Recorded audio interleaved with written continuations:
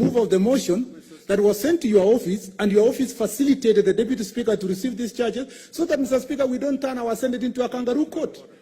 Yes, Leader of Minority.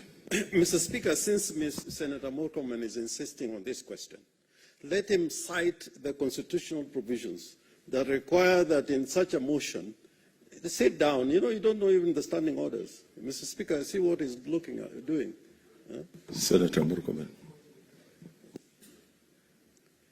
Mr. Speaker, he should specify the provisions of the Constitution that require that charges be made available to any Speaker or Deputy Speaker on whom a motion of removal has been tabled in the House. He should cite the standing orders, which states clearly that their charges are supposed to be given to the Deputy Speaker or the Speaker when such a motion is tabled. In reference to the removal of the President or the Vice President, the Constitution is very clear. It's very clear in the Constitution and in the standing orders that the charges must be laid before a debate can take place. So without further ado, it's a simple question. Mr. Speaker, we have not come to the motion itself. Let him read the standing order. Since he rose on a matter of point of order, read to the Speaker what that standing order says and the requirement under that standing order. Read to the Speaker the Constitution and what the requirements of the Constitution require. And finally, Mr. Speaker, a motion to remove a Speaker or a Deputy Speaker is not a trial. It's not an impeachment. We are not going to call witnesses like in the case of an impeachment. No lawyers are allowed in the chamber for purposes of prosecuting an impeachment trial. There is no impeachment. Senator Professor Kindiki Kithure is not under trial. This is simply a motion for removal. Order. We want to make progress. On the same issue. Order, senators. If you listened to what I said this is the first of its kind. And actually we are talking about the office of the Speaker, which is my office. Professor Kindiki is my deputy. And I say that, just like the leader of minority has said, in the case of removal of a governor, removal of the president or the deputy president, in an impeachment motion, witnesses will be called to give evidence or they will defend himself. But this is a motion. So I want to rule that we move to the motion. Then these issues that are being raised will be raised once the motion has been laid during the debate, and it will go on record on what you have said. Mr. Speaker, I've been challenged. I have not given you order. I've been challenged, Mr. Speaker, to substantiate. Order, Senator Murkomen. I've been challenged, Mr. Speaker. It's on the record. But I need to substantiate the basis of my argument because it was my point of order. Okay, take your seat. I give you an opportunity first. Okay, Mr. Speaker. Senator Murkomen. I said, let us just cool down and prosecute. Yes, Senator Murkomen. Thank you, Mr. Speaker. Mr. Speaker, it is deplorable. It's actually laughable that human rights defenders of yesterday, Mr. Speaker, are presiding over a process, Mr. Speaker. I have not said. Speaker, we are not going I have order, members. Let him announce order. Mr. Speaker, Senator Murkomen, order. Mr. Speaker, I'm on a point of order. Order, Senator Leader. I am order, members. I am reading the section. Okay, wait, order, Senator Murkomen. Listen, please. We are honorable members. Correct. The world is watching. Go back to what I said in my communication. Let us use decorum. Let us respect each other. Let us not insinuate. Let us not use a language that demeans or casts aspersion against your colleagues. It's so directed. Mr. Speaker, I have not mentioned any name, although they say that if you mention, like Chinua Achebe said, if you mention dry bones, it's all the women who get uncomfortable. Mr. Speaker, the Constitution is very clear in Article 47, which says, Mr. Speaker, every person, including Professor Kithure Kindiki, has the right to administrative action that is expeditious, efficient, lawful, reasonable, and procedurally fair, If a right of a fundamental freedom of a person has been or is likely to be adversely affected by the administrative action, the person has a right to be given written reasons for the action. Mr. Speaker, in line with this Article 47, the National Assembly, in its standing orders, provided a long Mr. Speaker, procedure of how to notify the Deputy Speaker and the Speaker if you want to remove them. Mr. Speaker, you cannot say, and it is not legally sound, to argue, Mr. Speaker, that you are going to engage in a serious constitutional process to remove a constitutional office holder, and, Mr. Speaker, pretend to say that the other articles of the Constitution are not going to apply. Mr. Speaker, this is a house of record. The process we are going through is a process that will be in history for the next 100, 200 years. This House, Mr. Speaker, led by its majority leader, Kipchumba Murkomen, went to the High Court, Mr. Speaker, to challenge procedures that have been floated by the Executive and National Assembly. This House, Mr. Speaker, has just got a ruling from the Supreme Court of processes that have been floated. This House cannot continue calling itself the upper house and run a removal of its deputy in a kangaroo manner, Mr. Speaker. Order, Senator Murkomen. Point of order. Just a minute. What's your point of order, Senator Mutula Kilonzo Jr.? Then I'll come to King Linturi. Mr. Speaker, unfortunately for Senator Murkomen, he read the Constitution and left sections which he should have read so that he can educate us as to what he means in terms of fair administrative action. For the record, Article 47.3, which Senator Murkomen obviously didn't want to read, states as follows: for the avoidance of doubt, Parliament shall enact legislation to give effect to the rights in Clause 1, and the legislation shall, A, promote for the review of administrative action by a court, or, if appropriate, in independent impartial tribunal, and B, promote efficient administration. In support of that objection, which is not even an objection, Mr. Speaker, the Senator of Elgeyo Marakwet should first of all demonstrate we are sitting in a court, 2, we are a tribunal, and 3, which is even more important, that the act arising out of this section, which is called the Fair Administrative Act, where Senator Murkomen, as a member of the Legal Affairs Committee, participated, should show that Article 106 on the removal of a speaker applies. And since he doesn't know, Article 106, it has no reference in the Fair Administrative Act. And we passed that law here. So, Mr. Speaker, the objection raised by Senator Orengo must be answered. What section of the Constitution is he referring to? Specifically, so that we can get onto this matter.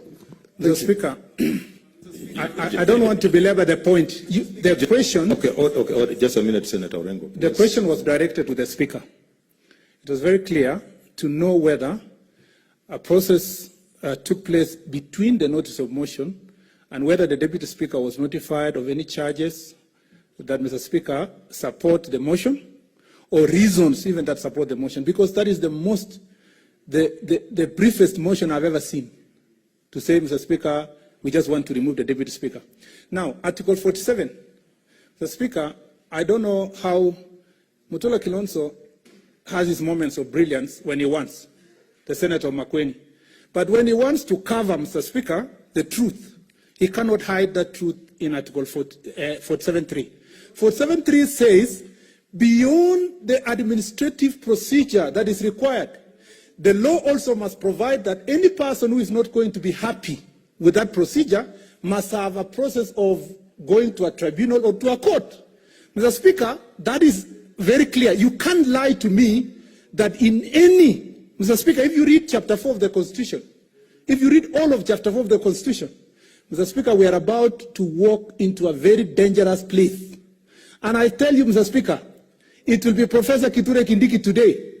It will be another person in a different forum.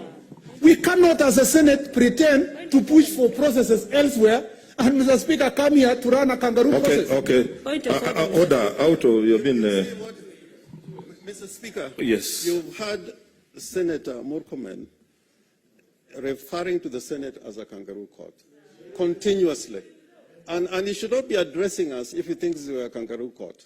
Secondly, he wants to mislead the House that the case that was filed in the High Court, that he led the senators in that case. In fact, he didn't utter a word in that case. It was me and Professor Gidiki who led in that case. I was the senior counsel in that case. He's a very junior person when it comes to matters of law. Very junior. So he should not be preaching as if he knows the law, and he cannot cite a case which has been quoted in the law reports of him ever having prosecuted even a case in the Supreme Court. Can he mention even one case he has prosecuted in the Supreme Court? But the point is this. There is a decision of the High Court sitting in Machakos, where a similar case was taken before the High Court, in which the County Assembly in Machakos removed the Deputy Speaker. And the court considered what is fair hearing and what is a notice. And that court ruled that hearing does not mean that you address that tribunal. It does not mean that you're even present in that tribunal. It's just like when you say public participation in Parliament, in the committees. People can undertake public participation even by sending their suggestions through digitally and so on. But the more important question, which I want Mr. Speaker to be addressed if this matter can be dealt with fully, is that in relation to the President and the Vice President, there are specific provisions which says you must spell out the charges. And the process is clearly set out. When it comes to the governor and deputy governor, the process is set out because that is a trial. The other thing which the junior counsel is not considering in trying to construct Article 47 is an action by Parliament, an administrative action. It is not an administrative action. We are a legislature. We are exercising our legislative authority under the standing orders. No. And I think, Ms. Murkomen, if you want me to give you judicial decisions on what is an administrative action, go and read Professor Wade. That book, if you have not read it, then I would understand why you don't appear in constitutional and administrative division. Point of order, you started it. What's your point of order, Senator? Mr. Speaker, Senator Orengo has over and over again insulted me and insulted my education. Mr. Speaker, and you have kept quiet. No, let me raise my point of order. Mr. Speaker, Senator Orengo is over and over again repeating and doubting my practice of law or, Mr. Speaker, my knowledge of law. Mr. Speaker, Senator Orengo and I went to the same university, even if the difference was 26 years. I got a second upper. Senator Orengo got a second law. I have 2 master's degree, he has none. I have taught 2 students, Mr. Speaker. I have taught 2 students, Mr. Speaker, who are in this house. Who is he to lecture me? Who is he? Senator Murkomen. Order. Honorable senators, order. I want to urge you to look at my communication. Let us respect each other. Let us discuss with the decorum. Senator Cheriot. On a point of order, Senator Cheriot.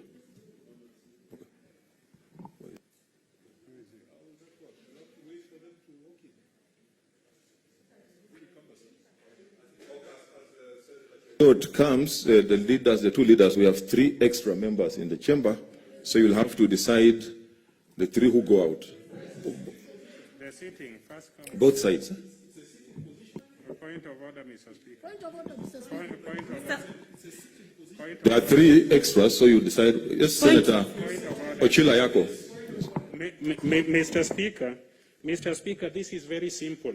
By your own rules, you have designated where people sit. Those who are sitting in places that are not designated should not burden the leadership to try and evict them. So I think it is visible. If it is me, the sergeant at arms can come and talk to me and I leave. Yeah. Oh, yeah, I think we have designated for where people to sit. So if you are sitting in a place where we have not said sit, please you get out of the chamber and join the rest of the other members. What's your point of order, Senator Susan? Okay, calm down, you're not the speaker. Okay, Honorable Speaker, my question just is, as we walk out of the chamber, since we may not be in a favorable position, at what point are we able to make our contributions from the other side? Let me finish. Let me finish. Okay. Let me finish. When are we able to make our contributions? And on top of just the contributions, are we able to timely make points of orders from the other side? Yes, just you can see Senator Cheriot is here. We have made a mechanism of how, and it was in my communication, on how you will approach and make your contribution. So those who are sitting in places that are not designated for sitting, please let us observe the health protocols. So you get out, and then I give Senator Cheriot an opportunity to contribute. What's your point of order? Okay, let's have just Senator Linturi. Let the three senators first of all move out.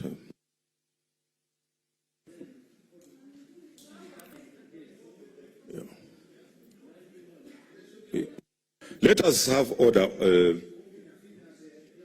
Let us have order.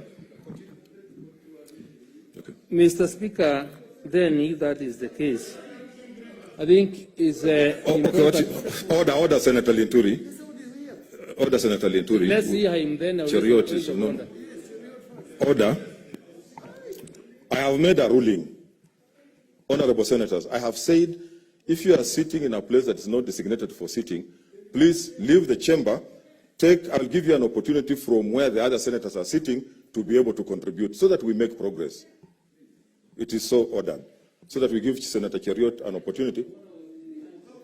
No, but Senator Cheriot is already on the floor, Senator Linturi. No, order, Senator. I'll give you an opportunity from where you are going. You'll be the next one. But you never know where I'm going. No, I know. You know it's good. And you know, addressing the House and the Republic this afternoon depends on the discretion of the Speaker. Order. That's why I want to secure my position before I get out, because why we find us seated here this afternoon is because...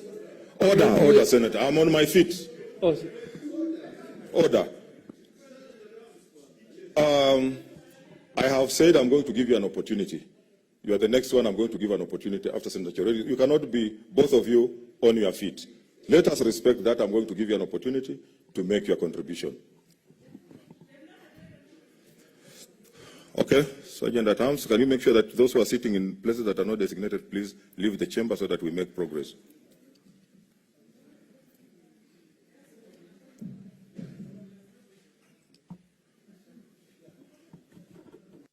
As they leave, Senator Cheriot.